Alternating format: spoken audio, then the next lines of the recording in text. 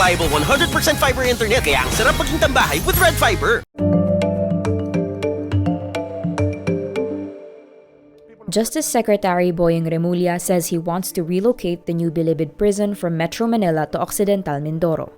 Remulla on Wednesday, August 17, says he plans to reform the minimum, medium, and maximum security prisons. There is already a government plan to construct a prison facility in a government property in Occidental Mindoro, which is around 8 to 10 hectares. Remulla says reforms are needed because over 400 prisoners escaped Bilibid in the last 4 decades. The DOJ chief notes the proximity of the prison to the nearby community. He says the new location of Bilibid will also help prisoners to improve their lives since there would be livelihood for them. Meanwhile, for the minimum security, Remulla says he plans to relocate it to Nueva Ecija, where the underutilized drug rehab facility built during the Duterte administration is located. Alternative news site Bulatlat on Wednesday, August 17, says its website is still not completely accessible to all its readers. A Quezon City court already ordered the National Telecommunications Commission to unblock Bulatlat's website. This comes even after Bulatlat was able to post a bond of 100,000 pesos. In a Facebook post, Bulatlat calls on the NTC and internet service providers to unblock its website. Bulatlat managing editor Len Olea tells Rappler the NTC should explain why their site is not yet completely accessible and that there is no reason for them to delay the implementation of the injunction order. The NTC earlier blocked Bulatlat's website upon the request of former National Security Advisor Hermogenes Esperon Jr. On June 6, Esperon accused Bulatlat and other sites of allegedly supporting terrorists and terrorist organizations. He did not provide any proof except previous resolutions of the Anti-Terror Council designating the Communist Party of the Philippines, New People's Army, and National Democratic Front as terrorists. Need more context, clarity, and perspective? Get the full picture with Rappler Plus.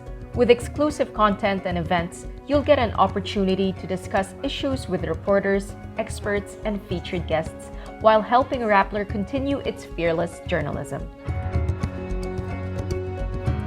Join now. The Rural Missionaries of the Philippines, or RMP, on Thursday, August 18, slams the Department of Justice for accusing them of allegedly providing funds to the Communist Party of the Philippines, New People's Army, or CPP-NPA. In a statement, the religious group tags the latest move by the DOJ as Marcosian and says it is part of the worsening state repression against human rights defenders in the country. The DOJ on Monday, August 15, charged at least 16 people, including nuns affiliated with the RMP, for allegedly violating the Anti-Terrorism Financing Act.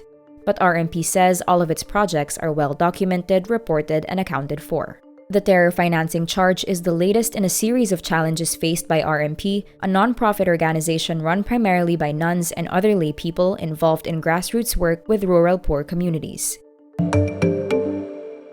Social video platform TikTok says it will work to prevent content creators from posting paid political messages on the app in preparation for the US midterm election in November. Critics and lawmakers accuse TikTok, as well as Meta platforms and Twitter, of doing too little to stop political misinformation and divisive content from spreading on their apps. While TikTok has banned paid political ads since 2019, campaign strategists skirted the ban by paying influencers to promote political issues. The company plans to close the loophole by hosting briefings with creators and talent agencies to remind them posting paid political content is against TikTok's policies. Meta, which owns Facebook and Instagram, also says it will restrict political advertisers from running new ads a week before the election. Meantime, Twitter says it plans to continue placing labels in front of some misleading tweets and inserting reliable information into timelines to debunk false claims before they spread further online. South Korean legal drama series Extraordinary Attorney Woo will be adapted into a musical. EMK Musical on Wednesday, August 17 says 3 episodes chosen from the original drama will be produced into 3 different musicals. Korean entertainment portal Soompi says aside from the musical adaptation scheduled to debut in 2024, the series is also in talks for a second season to be released the same year.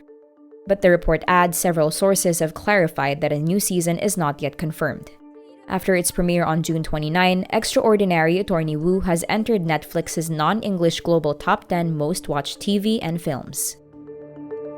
Meantime, GMA Drama releases the first teaser for their Filipino adaptation of the hit South Korean series, Startup.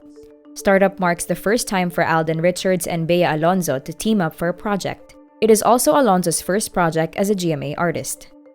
GMA first announced the remake in March 2022. Startup revolves around a group of young entrepreneurs in the world of startup companies and originally starred South Korean stars Bae Suzy and Nam Joo Hyuk.